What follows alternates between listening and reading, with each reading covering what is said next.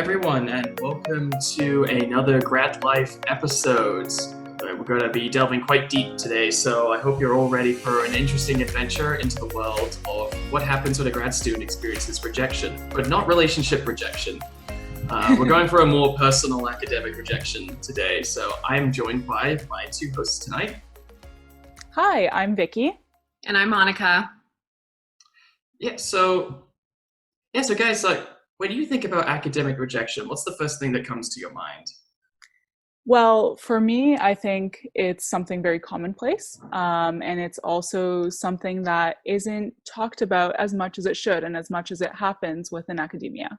Yeah, I was going to say, I think it's, I don't want to use the word rampant, but I think it's something that happens so frequently that having said that, it happens frequently, but we don't discuss it frequently whatsoever because there's this mentality of only showcasing your successes and not showcasing the path that led to that success. So I think it's great that we're able to sit and talk about rejection because I think all of us have experienced it. It doesn't matter how successful you are, you've experienced rejection at some point in your career. And it's important to highlight that because a rejection is not an indication of your self-worth or your capabilities of a researcher. So I think it's just important to highlight that we all experience it, we all go through it, but it doesn't mean anything about us personally. So I have a question in general. Do you think that rejection is taboo amongst grad students in terms of talking about it? I think it depends on the grad student, honestly. Like I know at least for me and a group of friends that I have, speaking about rejection isn't that difficult. We're very open about our experiences of rejection. But I think for some, it's definitely difficult because sometimes to admit a rejection might mean to admit a failure of some sort. And who wants to admit that they failed? Gavin, what do you think? I think I agree with Monica. It's that since we all have the mentality of only showcasing any of our successes or anything that makes us look good academically, we don't want to show any other time that a conference may have said no to an abstract, which I know is very rare, or a journal said no to accepting your paper for even just for review. The editor could have just said flat out said no. You could have applied for a really large grant and got a rejection, or even when you're applying for grad school itself for postdocs, you have to deal with probably a lot more no's than yeses when it comes to that. So I do think that it's definitely a topic grad students probably should talk about a bit more. Because at the end of the day, it's usually the failures that is what makes you who you are, not usually the successes. And I want to bring up something that Monica mentioned right now. So you said that for some people, for some grad students, it's actually easier to talk about rejection. And for other people, they might seem a little bit intimidated or they don't necessarily want to bring up, their failures per se. Do you think that depends on the type of company they keep? As in, do you think that there's certain grad students that you would talk to them about rejection than, let's say, someone within your own cohort? Oh, 100%. Because I think it's dependent on your program. I think it's dependent on your institution, because another thing that is very well known in academia is that there's often circles of competitiveness. And so to admit that you've been rejected by something or that something didn't work out for you or that you were unsuccessful it adds fuel to the fire of others that see a sense of competitiveness within you. So I think rejection is tricky. Like no one feels good being rejected, but also you want to be able to share that you were rejected and have people that are there to empathize with you and share in those experiences with you. And I'm sure that for some grad students that just doesn't end up happening because of the nature of the environment and social context that they're in. So I do think it's important to, if you are able to, find a support network that you're able to commiserate with about these kinds of things. Yeah, you know what? I totally agree with that on so many levels. There's certain people, and I think that goes with anything really, where you feel like you can be more vulnerable and talk about these failures and discuss, what went wrong and what should I do differently. So I feel like that's commonplace in any sort of situation, any sort of social situation. I want to talk next about normalizing rejection. Do you think that right now, the way that academia is set up, do you think rejection is normalized within our, I guess, group of people and in our academic spheres? I think it's it's talked about a lot more via supervisor to students. I think they're trying to prepare them more that this is going to happen. It's unavoidable. You're never not going to be rejected for anything that happens. So I think nowadays it's becoming more common in terms of being brought up in classes or at meetings, but I still think it needs a bit of work with a student talking to a student about it. Yeah, I think it's becoming more commonplace to be open about failures and rejections and to engage in a discourse about rejections 100%. But I do think that there's still a difficulty peer to peer because, once again, depending on your program of research and the work that you're doing, your peers are also your competitors. So the last thing that you want to admit is that you experience some sort of rejection in any regard. And Gavin, you mentioned that supervisor-student relationships in terms of talking about rejections are important. So do you think supervisors prepare you well in general about experiencing rejection? Or do you think there's more of a spectrum in terms of like the type of mentoring that you get from certain supervisors? I think there's definitely a spectrum. I Right. think some supervisors are definitely a lot better at probably explaining about how rejection works and how you improve from it than others just assuming that you're going to get better after a rejection, but not really talking you through it or explaining how you can improve from it. Or you might get some profs that will, I wouldn't say give you slander for being rejected. I hope that's not a thing anymore, but I do think that some profs are a lot better than others, and it definitely depends on how they mentor their students. Mm-hmm. Yeah, so I guess it comes down to more so expectations and what the supervisor's expectations are of the student and whether they're too high or just right. Right? So we have an interesting show today. We are going to actually have a call-in type show where we have a bunch of different stories about different types of rejections that have been happening within academia and different stories that have occurred within different areas. And so the three big areas of rejection, I think at least that I've identified and I've experienced myself, are program rejections, where you're applying to a certain program, and this is, I guess, the first type of rejection that you may feel when entering grad school. A program might not even accept you to come into the program, and that's a pretty big rejection. Another one that we're going to talk about is manuscript rejection. A big part of academia is publishing papers, publish or perish culture, that sort of thing. So we'll delve a little bit into that. And in general, we're going to bring up, different feelings that we have with rejection, coping strategies, and how different areas within academia can foster more rejection than others. And so this is a really special episode because we will have a bunch of people from the committee joining us halfway through to talk about their specific experiences, and we'll delve a little bit deeper into that. Before we get into the separate segments, do any of you have a specific rejection story that really sticks out in your mind? Mine are like all the above with all of the things that you've mentioned. Like I can think of like program or even like institutional rejections where, like, I won't say at what stage, but at a stage in my graduate career when applying to certain programs, like I remember just straight up not hearing back from programs. And that's how I realized that I didn't get in. You just got ghosted. So like that was really neat. My first publication ever was a desk reject. So just to clarify too, a desk reject means it doesn't even make it to review. It just means that the editor of the journal, once they get the paper at their desk, they look it over to see if it fits, and they're like, no, I don't like this paper. And so my very first publication was a desk reject, and I think it got rejected from like one or two additional journals after that desk reject. So like publishing is just one giant rejection trail, honestly. Yeah, scholarships, where there's certain qualifications and you don't realize till after the fact that maybe you don't meet those qualifications. Like I think there's an additional sense of rejection in the fact when people are presenting maybe like something like OGS or certain scholarships and awards, and you sit there and you realize that you don't have the marks for them or something of the sort. Like that is a sense of rejection in itself, because you have to sit there and you realize that I am not even able to apply for these things. I'm not qualified enough to apply for these things. And that is a whole separate sense of rejection that absolutely sucks. And I've also experienced that. Mm-hmm. Gavin, what about you? Ooh, I think One in particular stands out for me is the classic reviewer two story. I think if anyone's familiar with academic Twitter, we always see the hashtag reviewer two problem. That it always seems to be the second person reviewing a paper that gives you the most spite or problems, and reviewer one's the more laid back, understanding type.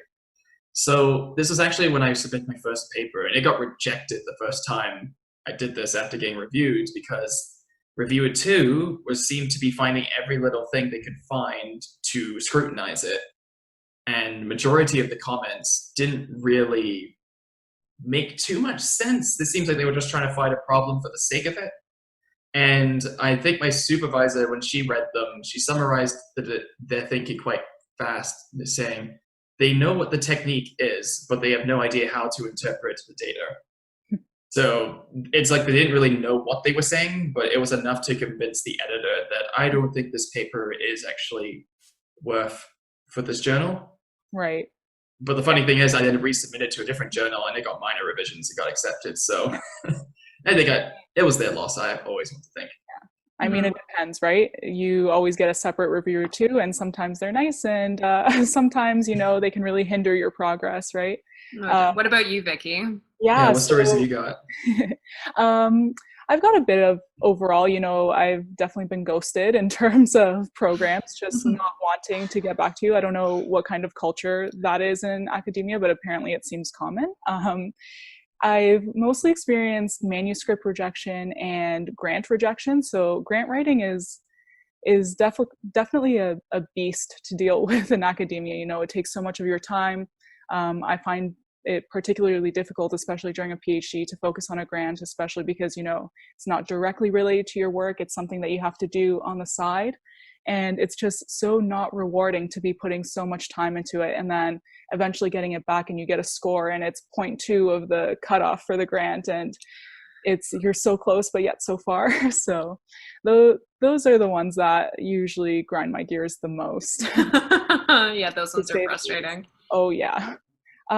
So I guess we can bring in Rhys and Ariel into the chat now to start talking about program rejections, which I sort of mentioned in terms of ghosting and that sort of thing.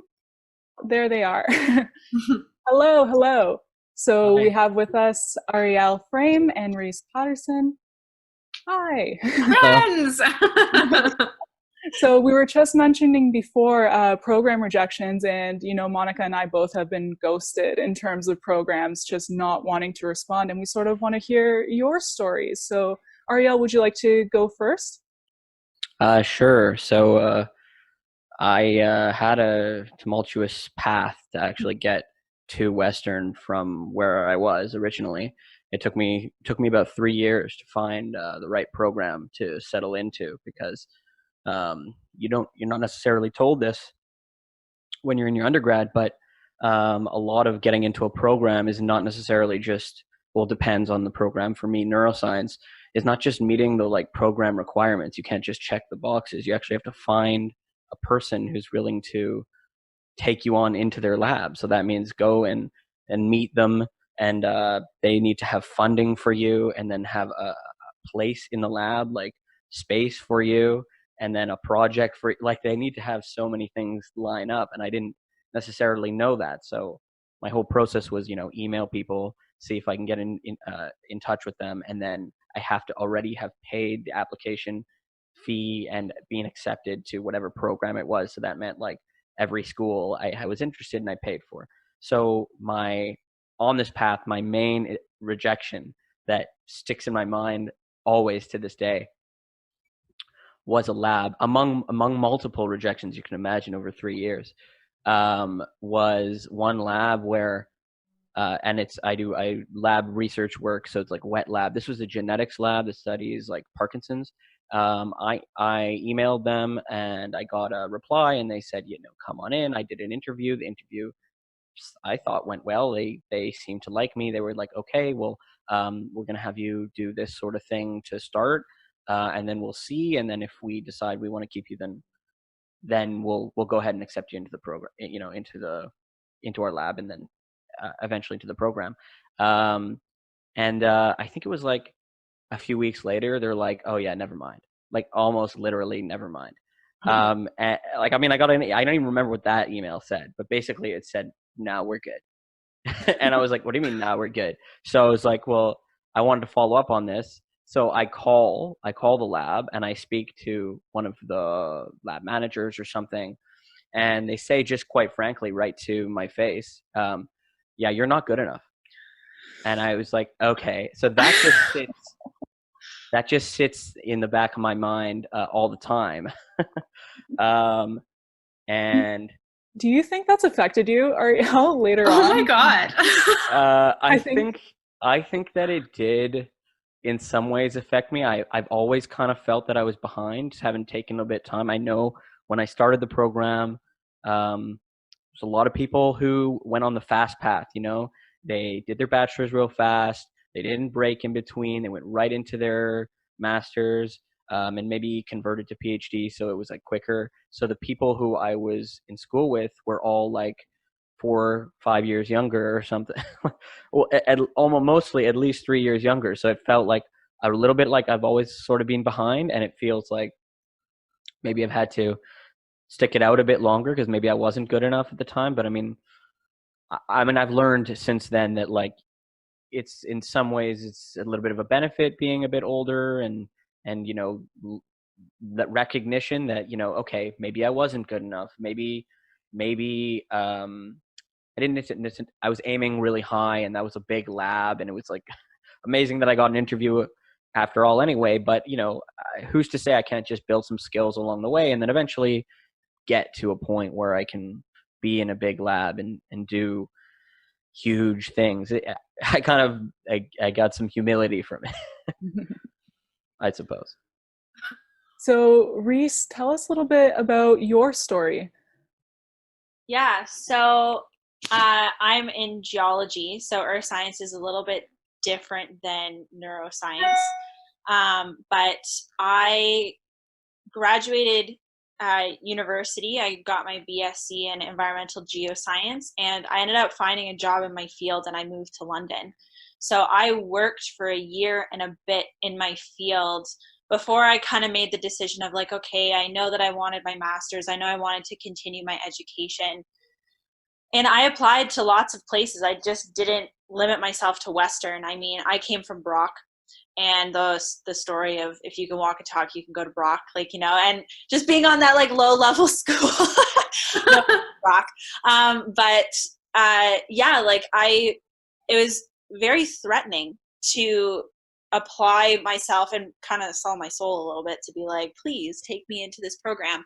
But my job opened up a lot of opportunities, and a lot of networking connections. So a lot of people that I ended up in my contract, I ended up seeing at conferences and talks, and that really helped because yeah, I can write a letter, and I had to write an application and all of that stuff, and you kind of got to sell yourself there, but when you actually meet the person, it makes a huge difference.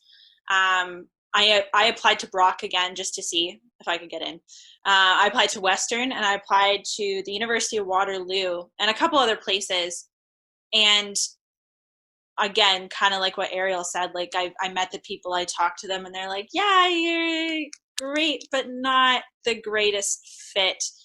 And like one of the things, especially in geology, it's a very male dominated field. And I have a male name. So when people see me, they see my name, they assume I'm a guy. And when I go up to them, I'd be like, hi, my name's Rhys. Nice to meet you. Like we talked over email, we talked over the phone. And a couple people kind of like took a step back and were like, oh, a woman that wants to go into this field. Maybe not.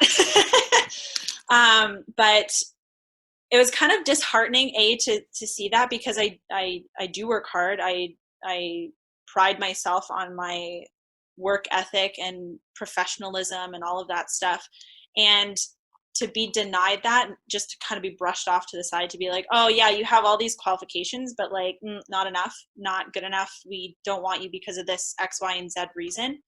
It sucks. It really truly does. But I ended up taking an opportunity, and people put faith in me to do my master's. So, I mean, I got here. I accepted it. And so I'm going to ask you the same question as Ariel. How do you think that's affected you so far? So do you still think about that? Do you still think about that when you're doing your own work now? Has that one rejection carried on into your master's work? Oh yeah, 100%. Imposter syndrome is a real pain in the butt. I do work in a male dominated field, especially in the petroleum industry. There really aren't a lot of women there. A lot of women aren't in renewable energy or like any of that kind of, not to discount the women that are actually in the industry. But it makes it that much harder. And when I'm doing my work and I'm doing my research and I'm logging core and I'm writing my thesis, there's that little voice in the back of my head that's just like, this is wrong. You shouldn't be doing this. You should be doing something else. You should have gone on a different path, the easier path, the not as intense path. But then as I'm writing it and as I'm doing all of the hard work, it's like, no, like someone might come to me one day and be like, I recognize your work and you helped me to get to where I am. So thank you. And that type of support is hopefully what I will bring to the table in my future career and my future life, to inspire somebody else to be like, yeah, don't take the BS that people are throwing at you. Like, yeah, rejection's a pain, but it's helped me grow.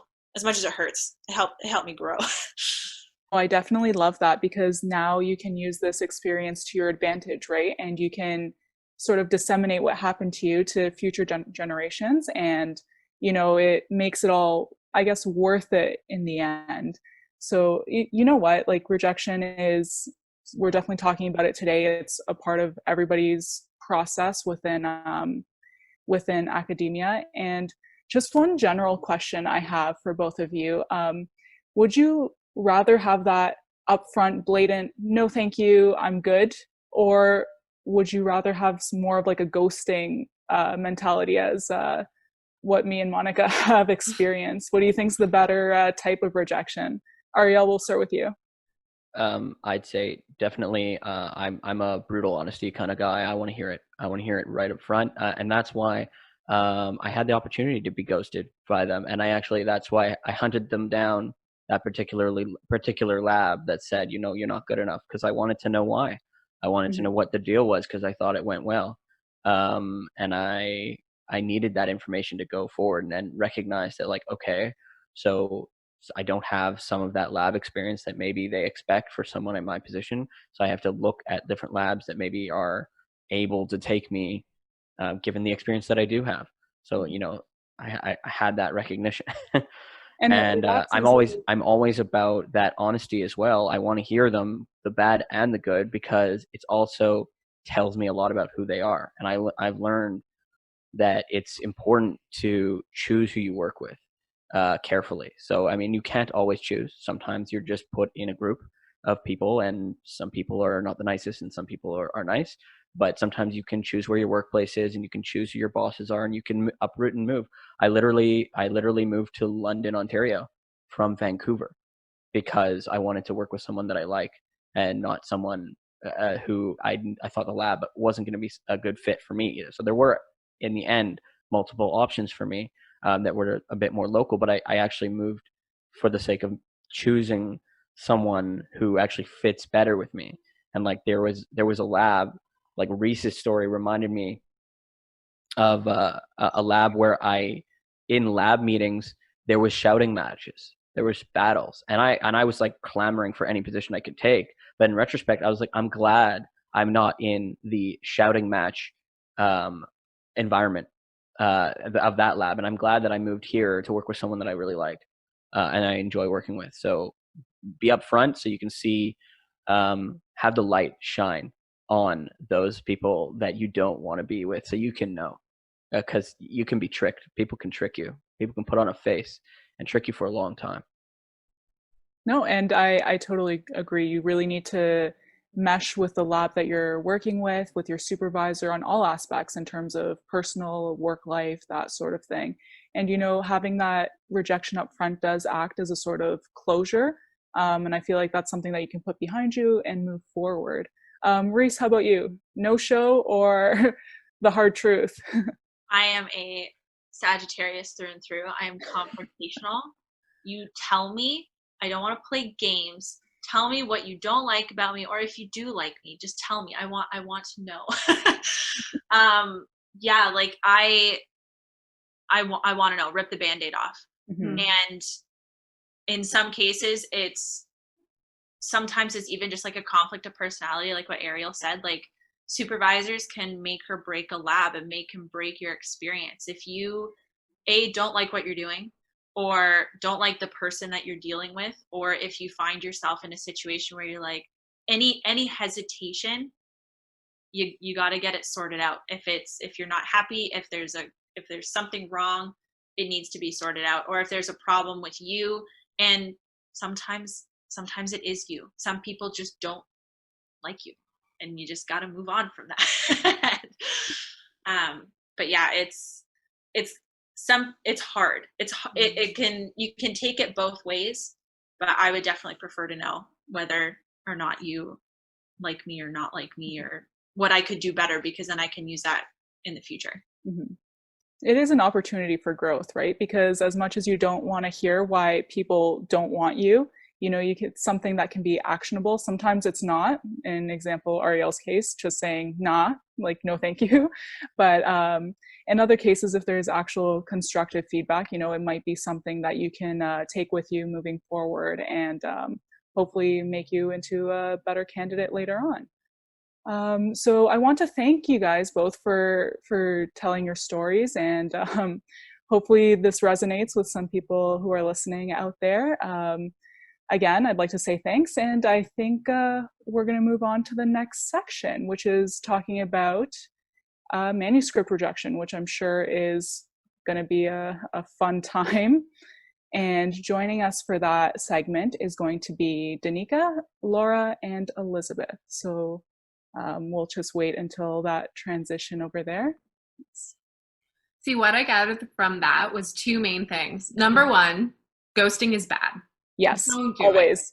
In any aspect of your life, do not do it. The other aspect that I think was important to take away from that was you're interviewing these places as much as they're interviewing you.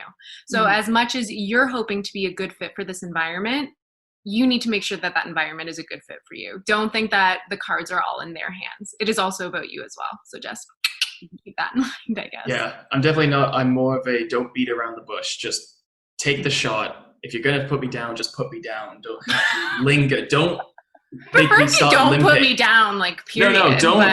But in terms of just let me know if it's yes or no. Don't have me limp through the forest and just see what happens to me. Just wounded. Take the shot at that point. So we welcome here Danica, Laura, and Elizabeth. Hi, everybody. How are you guys doing? We're very well, thank you. Good. Good. So we're here to talk about the dreaded manuscript rejection. I know everyone must have experienced this, and if you haven't, it's just going to happen. I'm sorry to tell you. Just going to be blunt. We're talking about being blunt, so I'll mention it here. So we're just going to go through our stories, and then we'll have a little discussion after. So, Danica, do you want to start first? Yeah, sure. I'll dive in. So I was part of a pilot study throughout my master's, and this was before I ended up going into the PhD program that I'm in now. And this pilot study was, a love project, I guess. And it was with my current supervisor. Anyway, we got the data, put the manuscript together, and then that was in 2018. End of 2017, and it's 2020, and it's still not published. So we've been going through, I think we're on our 4th journal. And a good metaphor that my supervisor uses is it's gonna find a home. We just need to get it a home. And shopping it around to different venues is just something that I've gotten used to. But another thing that also kind of adds to the experience is if it's under review for months on end, like 6+ months. We had it in review for, I think, 8 months, only to get a very short rejection, which is just like an extra sting. But you know, I think it's important to like acknowledge the sting, like don't dismiss it, like sit in it. You worked super hard on it. But then also like pick yourself up, and the next iteration will be like even stronger. I'm still working on that though, because I do not like being rejected in any sense of the word. So I'm not going to sit here and say it's easy, but I think that's the hardest part, right? Is like these rejections, even if it's about like a project, it's a paper, like it's nothing about you as an individual, but it's so hard not to take it personally. And like as a human being, like this comment is an affront to me as a person, like how rude. And I'm like, I think that's the hardest part to navigate, because for a lot of us, our work like is a part of us. We put so much effort into what we're doing. It is like, it's a love project. These are things that we care about and we want to get it out into the world. So when someone rejects it, it's a rejection of us as well. Like I still don't understand how to navigate that myself either. Yeah, like I think the last thing I'll say to that is I did my undergraduate and master's training in the humanities. So I'm an English scholar in that sense of my training. And like writing, whether it's like handwritten or through, you know, a computer, is such a visceral and like bodily activity. Like it's literally part of you. But we, you know, we're just like, oh, it's fine. The paper's, you know, it's its own entity. And it's like, no, it's so deeply connected to you. Like you don't realize that emotional register until it's too late and you have the rejection email in front of you. But yeah, no, I appreciate it, Monica. I get it. I feel it. And Danica, I want to ask you, as you went through all of those multiple rejections, how did you find your reaction was as you moved forward? So your initial reaction versus, you know, the latest rejection? I think the first rejection, I needed about like a week to recover because I was so invested. But then every time the other rejections came in, the sting got a little less, you know, intense. And I'm still getting to the point where I can like slough it off and accept it. But, you know, time does heal all wounds. It will get better as you go through it more. So shout out to anyone who's just, you know, received their first rejection. You are so not alone. Welcome to the club. I think time heals all wounds is going to be my new mantra going forward. And the first cut is the deepest, always. Yeah. These cliches actually mean something going forward. You in never academia. Always. So let's move on to Laura's story. So you have an interesting one from what I've heard. Yeah, my story, it's a bit different. Mm-hmm. I have been working on my first manuscript for the PhD, and one day my PI, whose office is upstairs, he comes down and he says, have you seen this? And I took a look, and it was a paper with this title. I read the title and I was like, oh, we got scooped. Like someone else just published the exact thing that we were working on. And I had been working on this for like almost a year, like my first year of the PhD. But I wasn't frustrated about me. I was super scared that he was going to be upset because I was so slow writing the paper. And I thought, I was so slow, so that's why we got scooped. But he wasn't upset with me or anything. He was just like, this happens all the time. Like, no worries, that's okay. And I was like, are you upset with me? Was I too slow? Because this was my first paper on the PhD and the first paper that I was writing entirely. So I was taking my time, and I was being super rigorous on every little thing. So it was a lot of work for me. But when I saw the paper, I wasn't sad. I was just like, he's gonna fire me. So you took it as like a personal, like, this is my fault, or this is like, it's because I was too slow, or I didn't work fast enough. So because this is like this is a field, and we were taking data that is on public databases. So basically everyone has access to it. So if you want to publish, you need to like try to be fast, right? Or like other people can be thinking the same things that you are thinking about, right? So I Mhm. was like, no, I was too slow. This is my fault entirely. But then I realized that it just happened. That's okay. um, so So what do you do with that project after? yeah, so that was the coolest part. So he said, like, I still think that we have some very interesting results that the other paper don't have, and what we can do is try to make it better.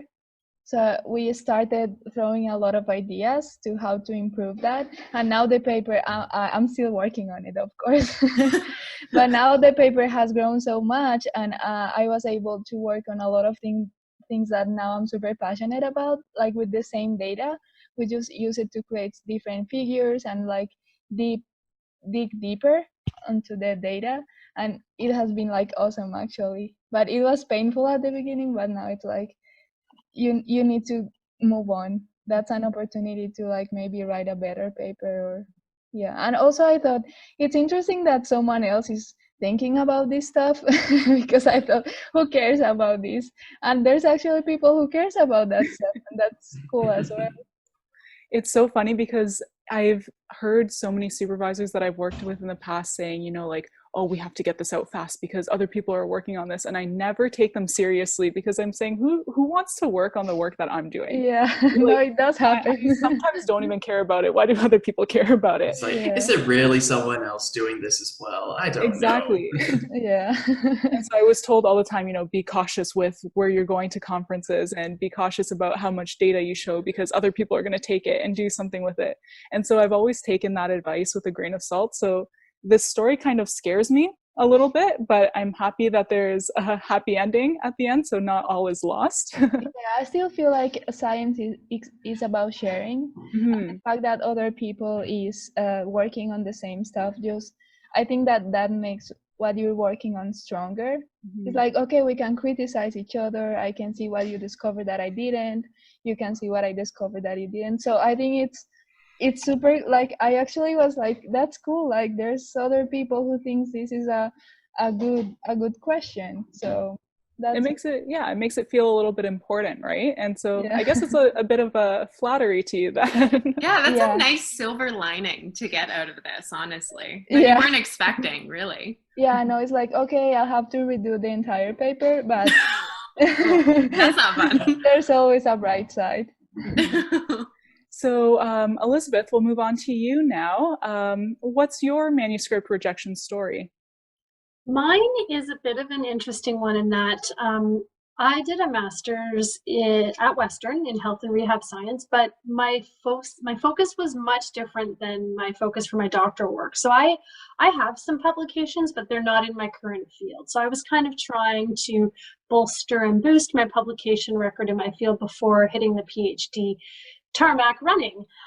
So about a year ago, I started to apply to the PhD program at Western, and I'd actually made some great connections at a conference, the Canadian Association of Occupational Therapy conference. So here I am thinking, yay, this is gonna be great, get a paper under my belt published for the fall of 2020. Well, this summer, the news came, the email came, and I remember I was in a meeting, so never read an email from a paper in a meeting, because if it's bad news, it's going to be pretty hard to carry on the meeting. So I remember I opened the email and I read it, and I should mention I was not the first author on this paper. I was the second author. So there's a couple of other people, and the first author had done some really awesome work in the field that I'm interested in, and I approached her about a year ago and said, hey, I wonder about adding another dimension to what you're already working on. What do you think? She loved the idea. So off we went and published. So this journal in the summer rejected us, which was pretty hard for me because I had a plan in my mind of how I wanted things to go. And what was really hurtful, and I know it wasn't intentionally hurtful, is the first author had mentioned to me, she said, I've never been rejected for anything before. I've been publishing for years. So I thought, oh, maybe it's me. Like, she's had all these successful publications, and now all of a sudden I come on the scene and poof, we're rejected. So I didn't know what to do. Like, I was so first of all, envious that someone could publish for years and not be rejected. But secondly, I thought, wow, like, am I really in the right field? So we decided to start revising and reworking and rewriting and resubmitting. I think we're almost ready to resubmit. The journal did give us, it was a reject and rewrite or whatever it is. So we worked on the changes and we're going to be resubmitting. But I think the hardest thing for me was that I had a plan, that I wanted to have a publication peer reviewed in my field, starting my PhD, and that B, when we got that rejection, then to find out, you know, as the second author, that your first author had all those previous publications already accepted. So I was just feeling really unsure of my work and whether I was actually contributing or not. Yeah, so it seems like there's a lot of internalization there, and it's so hard, like Danica said before, to remove yourself from the work. It's part of you, right? It's your idea, and it feels like, you know, the reviewers reject your idea outright. So it can be really hard, especially if, you know, the first author is telling you that I've never had a rejection before, which I personally find hard to believe. But I can imagine how difficult that must be, especially seeing that type of news during a meeting. Yeah, for sure. I think one thing that did help me sort of to move on is like to take the reviewers' comments, because I will say for this particular journal, the reviewers gave very detailed feedback. So it was very easy to say they want points A, B, and C addressed. Okay, boom, done. But again, like I think someone else earlier in the show mentioned, we started this journey July 2019. It's now September 2020. I'm like, for God's sakes, is this thing ever going to get published? Like, can we please just publish it? And it's hard when you're not a first author, because you can only push so much. It's not your work to say, come on, let's go, let's get published. I think if, again, things I would do differently if I was first author, I would have like author guidelines, author agreements for everybody on the team, because one thing that really held us up was some people would take weeks, if not months, to give their feedback and respond back, like some of the other authors. So that was really challenging. But it's hard when you're second author because you don't have that kind of control. I think that adds an additional layer of rejection in that as well. Like, not if you don't have very much experience with the publishing process, when you start getting into the publishing process and realizing that it takes like months upon months or even years, and then at the end of all that, you get a rejection. Like, that's heartbreaking. Yeah, absolutely. But I think, again, with silver linings, it's like, what would I learn as first author? You know, what would I do? Would I have everyone sign like, hey, we're all going to work on this as 3 or 4 authors. Can we try to turn feedback around in X number of weeks or days? So yeah, I just have to, I guess, keep plugging away and know that as a second author, there's only so much I can do, but also know that hopefully coming down the pipe, because I'm just starting my PhD, there'll be lots of opportunities. I do want to ask one more question to the group. So what do you think is the most annoying thing about getting a rejection? So for me, in the field that I'm in, it's about once you get the rejection and you're trying to submit to a different journal, they have a whole different set of formatting rules. So it's taking the exact same work and formatting it for a specific journal. So that's something that always bugs me the most about a rejection. So I'll open it up first to Danica. What do you think is the most annoying thing about rejections from publications? Yeah, I'm gonna have to jump on board and like piggyback off of the referencing and everything, but also to add to that, because I'm now in the health sciences, is the figures. Because sometimes journals have different, portals that you have to vet your figures through, and then sometimes you have to download the figure vetting software and then, figure out how it works just to do the figure, just to submit the paper. So then, on my hard drive, I have a bunch of different software programs that are really useless and only apply to one journal. But yeah, that is the tedious graduate student grind that we somehow end up taking up on behalf of our co-authors. So I'm right there with you. I totally feel that. Laura, how about you? Well, for me, because my story is different, the thing that was most annoying for me was seeing their figures and thinking, God, my figures were so much better. Like I made a lot of better like figures. I put colors. Their colors were like ugly, and it was like better. I deserved that spot, so maybe that will be for me. So you're just staring at that paper thinking, there's no soul in it. It's just Yeah. words on a piece of paper. Also, I noticed that for them it was like super fast to do because they too are like PIs, like very well known in the field. But for me, it took me an entire year, and I was like, they did this like nothing, and for me it was so much effort, and they published first, but that's fine. But your figures were nicer, so who wins?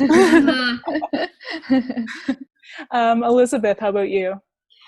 I guess for me, I would say like when reviewer comments contradict one another. So if there's more than one reviewer, we're like, but this reviewer said to do this, but this reviewer is saying to do this. What do I do? Or just, I think that would be like the hardest, most annoying thing about it for sure. And of course the word count, like having to sort of slice those words and get it to a reasonable word count. Word counts are the bane of my existence. I want to write so many things, and you just won't let me put all of my thoughts on the paper. So I totally understand that. And I guess to add to if you have contradicting reviewer comments, I know I was always told, in the end of the day, it is your paper. So if you do have one reviewer going against the other, at that point, you just decide from which comment you think is the most applicable to do. So yeah, at the end of the day, you have the control. Alongside, oh, sorry, go ahead, Gavin. I was just going to say, it's just at the end of the day, you have the control and it's your work. So you just get to decide which comment you think is actually going to help your paper. Alongside that I want to piggyback off of Gavin's point is unhelpful reviewer comments. So I've received reviews from journals who say, you need to substantiate your methodology. What does that even mean? Exactly. Like it is unhelpful. Or they'll be like, you know, your description of your recruitment process was vague. So what? So what do you want me to do? So like that for me is the most annoying part, is when you get a rejection and when you look at those comments and the comments provide no helpful feedback. Your comments were vague. Yeah, like your review was vague. What do you want me to do? Like, it's just like, it's silly. So those kinds of things I find very frustrating, because then you can't even sit there. Like we were talking about being brutally honest before. You can't even gauge why you were rejected because their comments are so vague and so unhelpful that like you can't even figure out a way to improve from it because they didn't give you helpful feedback in the first place. No, I totally agree with that. And I want to say once again, thank you to Laura, Elizabeth, and Danica for joining us, talking about your yeah, thank you guys. This was great. Yeah, no, this was great. Elizabeth is going to stay on for the next segment, and we'll be moving on to, you know, just general thoughts about rejection and that sort of thing. So we're bringing Liam into the chat now. Thank you, guys. Thanks for having me. No problem. So what did you want to talk about in terms of feelings of rejection? Yeah, so I would love to tell you stories about my undergrad. I obviously won't disclose what university it is, just for sake of covering up. But I certainly wanted to make mention of a few instances that happened a couple of years ago to me. I remember being first year, you know, trying to figure out what I wanted to do. You know, you come in sort of as a general student, you have ideas as to what you want to be, but you know, at the end, you're still trying to find your feet, find your way in what is sometimes an enormous school to be dealing with. So I had opted for political science. That's what I found myself most enjoying. So I'd taken courses that obviously interest me, right? You know, political science, some history ones, mostly social science. That's what I found myself best connotated towards. And I remember a few individuals, namely some people that lived in the same residence as me, who were friends, but were often very critical of, you know, my choices in terms of classes and what I wanted to do with my degree. And that often came in the form of what I might call, for lack of a better term, abuse, verbal abuse, and saying that, oh, they're not courses that are going to get you anywhere. Your degree isn't worth as much. Why are you taking that class? That's not going to benefit you at all. How are you going to get a job with that type thing? So I think my take home message today was that rejection comes in many forms. It can come in the form of getting rejected from a school, having a scholarship rejection, but it can also come from your colleagues, and it can come from even people outside of school, whether it's your family or strangers. And that's sort of what I want to touch upon today. That sounds No, awful. And that's the thing, right? Because we talk a lot about, like, once you're inside the institution, and having that institutional rejection that you deal with, but not a lot of people talk about, peer rejection and that sort of thing in terms of ideologies that certain people hold. And it's hard to deal with. How do you think you cope with that sort of rejection? Because it is a little bit different than, the normal institutional rejection that we do see within academia. I think, first of all, I think it's a good question, because the whole point of this series is to help people better cope and mitigate any rejection that they do face. So what I might say that helped me was take everything with a grain of salt and be true to yourself, because while university can be practical in the sense that you are getting a degree in order to help improve your chances in the job market, I also am a firm believer in the fact that you need to be doing something that you enjoy and later love, because you're doing this for an exceptionally long time. I mean, I know you guys are all PhD students, so you know how long it takes to get up to that point, right? So I think for me, what I'd say to anyone going through that is, don't, sticks and stones may break your bones, yada yada yada. I think that's a lot tougher, done. But what I would say is, have faith in your abilities, trust in yourself and your interests and likes. And so long as you are content with what you are studying, you will always find your way. And I am certainly of that conviction, and I will continue to preach that until I cannot. So how do you think that sort of rejection from peers, how do you think that's helped you or hindered you as you moved on into graduate school? So I think personally, I went into graduate school immediately after my undergrad. So I didn't take a gap year. I decided that continuing full on as if nothing had changed was the best for me. And I think that, at least in terms of my experiences, there are certain things that I'm reminded of as a social science student. Social sciences aren't nearly well as funded as some of the other sciences, natural or life or anything in between, anything like computer engineering, any sort of engineering. So it is a constant reminder that, at least in my opinion, the social sciences are taken less seriously in universities.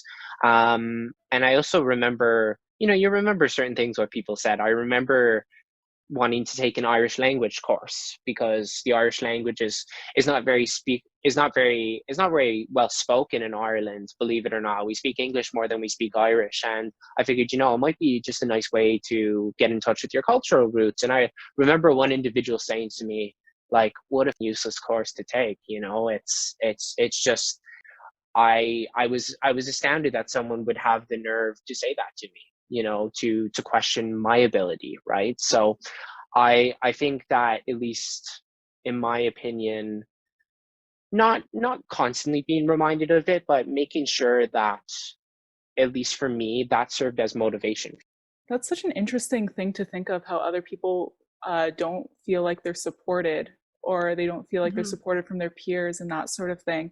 Because at the end of the day, it's what you want to do. If you're happy doing with what you're doing, then, it shouldn't be bothersome to any other people. And I think the reason for that is there's such an emphasis in our society now, turning towards STEM fields and that sort of thing. And a lot of that importance is lost on humanities and social sciences, which are quite important, if not extremely important.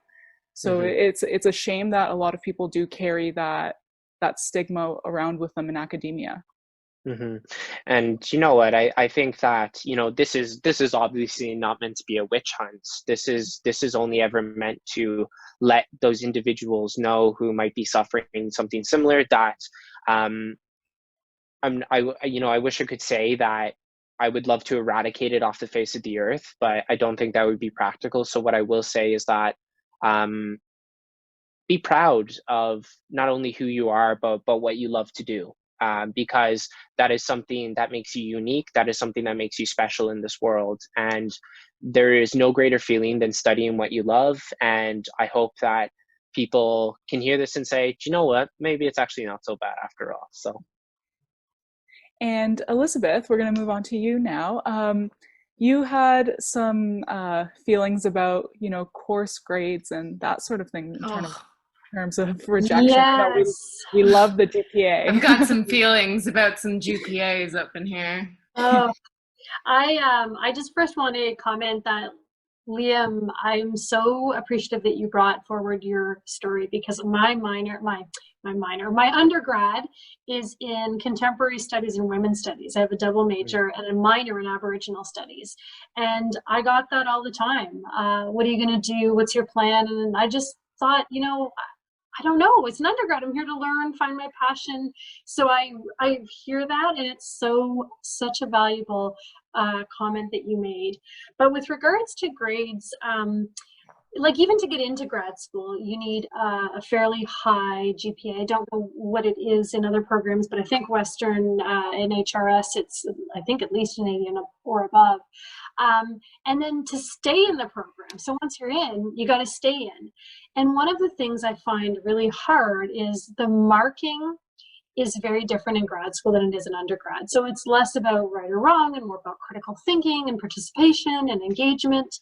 And I find, especially the participation, I'm going to be honest, I find it almost a little bit ableist in a couple of ways. So there are people for whom speaking up and speaking out in a verbal form is really difficult. Some people have anxiety, some people have extreme introverted personalities, and there are probably other disabilities that I can't think of right now that we're speaking up and speaking out in class is just not only nerve-wracking, but sometimes really, really challenging to navigate. And then you add our virtual environment that we're all learning in. So I have one course, we're expected to participate in an online form, and there are 40 students posting 2 questions each, plus responding to 2 questions. So that's like, I would say, 120 plus messages that you're sifting through as a student to try and participate. And then on top of that, there's a lecture, and then there's comments in the chat. So as somebody with a disability, I'm trying to listen to the lecture being given on Zoom. I'm listening with my screen reader to the chat, and I'm typing. So it's really hard to participate. But that's a huge part of the course mark, and it's not just this course. There's a seminar course. Again, same thing, participation is a huge part of the mark. And so I feel like one of the stresses that I have about grades is I understand the need for students to be able to articulate what they've learned, and for faculty to know that students are articulating what they've learned. But I would just ask that there be multiple methods to do that. I find there's a lot of weight on oral and verbal participation. And even just the grades, like I feel like sometimes I don't know if it's because you're so worried about getting that A, if you're learning as much as you would if perhaps it was like, okay, this is a pass-fail course, you're here to learn. So there's lots of things wrapped up in grades, I think. And it's interesting to me that you brought that up too, because in grad school, I find that, you know, grades don't matter as much, or they shouldn't matter as much, because as long as you're, you know, receptive to the type of work that you're doing, and you show engagement, and you show a passion for what you're doing, like Liam was saying before, a numerical grade is not going to dictate how passionate you are and how much you're willing to work for your thesis part, at least. So it's interesting that at least thesis-based courses, in my opinion, have these numerical grades that have so much weight in terms of your participation in that sort of thing. And I know for certain programs, they have numerical grades for scholarships and that sort of thing. But like Shirk. Yeah, exactly. And so it's, for that reason, I can see why it's beneficial. But at the end of the day, it's just for that. And I think that, scholarships themselves should reevaluate how they pick their candidates in that sense, if they're only looking at numerical grades or that sort of thing. So it's really interesting that you do bring that up. Yeah. I think alongside that as well, just knowing that there is such an emphasis being put on grades, but if you're someone who can't communicate or participate in the ways that are deemed as conventional, you've already been set up to fail, or you've already been set up to not be able to achieve the grades that are needed to be perceived as successful because of the structural circumstances that you've been put in. You're not able to succeed in those circumstances. So it's just like, there's so many layers of not being able to succeed in ways that are conventional that ends up leading, I'm sure, to additional, and Elizabeth, you can correct me if I'm wrong, but it just feels like if you're continually being put into situations where you can't fully participate or you can't fully engage in the ways that you're able to, and that is associated with the grade, which thereby leads to a lower grade, like how can you not end up feeling poorly in some regard about your capacity to engage or be a scholar in some regard? Exactly. And I think at the end of the day, there are many different ways to assess participation, but I feel like the emphasis in many courses on speaking out and even like navigating those chat forums, that's a PhD in itself. When you're doing all of your readings and you're trying to do your thesis work, and then you're reading through tons of messages and threads, it's like another thing you have to check. And I already have a lot of things I have to check. So it's one more thing to add on that layering, like Monica was talking about. So I'm going to ask a general question here. In terms of general feelings of rejection in grad school, what do you think is the best way to cope with it? Or what have you found is the best way to cope with it? So Liam, we'll start with you. Great question. I think the most important thing is to have an outlet. I certainly think that there are a lot of healthy options for people who are seeking some sort of release. I've personally found great success in physical exercise. So I know gyms are significantly limited in the COVID era. However, I would strongly encourage anyone who feels overwhelmed or stressed to seek out some form of physical exercise. I find it spellbinding in that regard. And just make sure that you know that you're never alone. That that I would hope for everyone that there's just someone out there who, even if you curled up into a ball and started crying to, that they'd be there for you, and that they could help walk you through whatever obstacles or issues you're navigating. So I would certainly suggest those two things. Elizabeth, how about you? Yeah, I really echo what Liam says about the exercise. And I also think that there's absolutely no shame. And in fact, I encourage seeking out mental health supports, especially during this time of coping with COVID. Western has lots, but if those don't jive with what you need, reaching out to folks in your community. I think it's really, really important to take care of our mental health and our mental well-being, because can be pretty stressful in these waters. And I think also doing things like this, like talking about things we don't talk about, is really important, and having those kind of uncomfortable, intense moments and conversations where we're really unpacking and really kind of revealing some pretty vulnerable feelings about what rejection is and how it feels. I totally agree with you, Elizabeth. And that's partially why we are doing this podcast, to make sure that everyone within the grad school sphere can understand that you are not alone, that all of us at one point or another have shared these feelings, have witnessed the rejection happening to them, to their friends, their peers. And again, echoing the fact that you are not alone, that we should be normalizing this experience. So once again, I want to thank Liam and Elizabeth for joining us for this segment. This was really helpful and very clarifying. And yeah, thank you so much. Thanks, guys. Bye, friends. Bye. See you later. Oh gosh. So how are we feeling I feel about rejection? tired. I feel tired listening to these stories because it's something that's so exhausting to hear over and over. But I know it's just a regular part of grad school and that sort of thing. And I do like how we're normalizing this experience here with so many people coming on to share their stories. How do you two think you handle rejection? That's a good question. So I get very angry in the moment. I need to go to someone to vent it out in the first few seconds, but then, once I start calming down a little bit, I can, process what the rejection is and hopefully move on from there and sort of take it as a learning moment. Mm-hmm. Yeah, I definitely need a moment to vent it as soon as I experience it, because I usually get angry, upset. Then I'll try and walk it off or just do something to get my mind off of it. And then slowly I start to, I wouldn't say get over it, but start to learn from it, understand it, and realize it's not the end of the world. And I just have to push towards the next goal and not let this hold me back. Monica, how about you? Multiple ways. Mm-hmm. I think first and foremost, I know something for me that I've really had to try to get used to, and that I'm still working on, is trying to disassociate my self-worth from my academic productivity or success.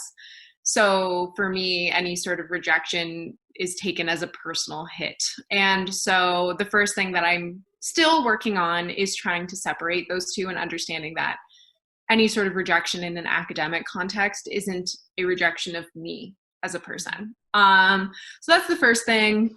Other than that, it's mainly anger and spite. It's I complain a lot. I'm a complainer. I need to tell people when I've been rejected from something and I'm upset and I need to complain about it. I think the story, I have a story that perfectly encapsulates Monica in rejection mode. And this was back in my first year of my PhD. I had applied for a scholarship, and I had found out after the scholarship deadline, I got an email from our office saying that I had been disqualified from the scholarship competition because the instructions, or I should say the qualifications for the scholarship, weren't 100% clear. The way that I had read them was if you had an average of 80% over your last 2 years, then you were eligible to apply. But what they actually meant in the instructions was that you needed to have an average of 80% in each of the last 2 years. So unfortunately, my undergrad last year average was a 79 point something. So I got disqualified from the scholarship. I also opened up this meeting in the middle of a class. So to go to Elizabeth's point, never open these emails in the middle of a class or a meeting. And I couldn't pay attention for the rest of the class because I was so upset. It took everything in me not to cry during this class. I went to the office and they ended up clarifying these qualifications. Ran to my car, cried for I don't know how long. And then by the time I got home, I was angry. And I sat down at my desk, and I kid you not, I rage wrote an entire manuscript. I was so angry. I was if I'm getting disqualified from this, then I'm going to make sure that I'm 10 times more successful than winning this scholarship. And I'm going to go and I'm going to write a manuscript and I'm going to get it published. And I'm not even joking. We had that out within a month to a journal. I rage wrote an entire manuscript. Because I got rejected. That's so funny, Monica, because I always joke to everyone that the only thing that fuels my PhD is coffee and spite. and literally nothing gets done unless I have that fire burning underneath me that I need to get it done now. And so I can 100% empathize with you in that fact, because all of the work that I've done has been fueled by spite and by, just internal rage. Yeah, 100%. And it's silly. Your grades from undergrad shouldn't have any bearing on you by the time you get to your PhD. Definitely not. Yeah, I totally agree with you on that. Yeah. And it's funny because I did put out a poll on Twitter asking how our fellow followers / grad students cope with rejection in grad school. And it's funny because a lot of people still struggle with it. You know, it's not something that you learn over time. Of course, the sting, as Danica said, gets smaller and smaller as you keep feeling rejection. But, you know, sometimes it doesn't go away, right?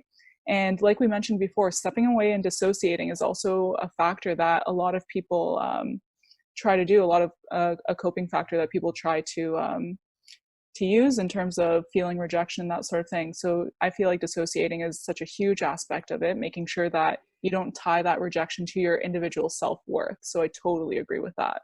Mm-hmm. And it's hard. Like, that's something that I think, like, for me, it's always been a struggle. And it's still a struggle. But now that I'm aware of it and I'm cognizant of it, like, I think that makes it a little bit easier to at least start the process. But none of us are perfect. None of us handle rejection well. Like, no one should be feeling bad that they don't, like, chin up and just move on to the next thing, because, like, it makes sense that you feel sad after being rejected from something. Yeah, totally agree. Yeah, what if they could somehow put us in a grad seminar class? Just one lecture on this is how you can cope with rejection, or examples of rejection. Now that I think about it, I think that could be a great topic to bring, even a workshop. I think it's important. Like, it's so important. Mm-hmm. And hopefully this podcast segues into maybe more discussions on rejection later on, because it is such a common experience, right? And it's not talked about as often as it should be. So I think this is a really good initiative coming from this podcast for sure. Yay. So I think that wraps up what we're talking about, the Rejection Diaries, as we're calling it. The not so well kept secret of rejection. It's a diary that everyone can read. Yes. Yeah, a diary that everyone can read, hopefully not too embarrassing or not too shameful. But yes, I want to thank everybody for listening and hope to see you guys next time. Don't keep these rejections too close to heart. Thank you for listening.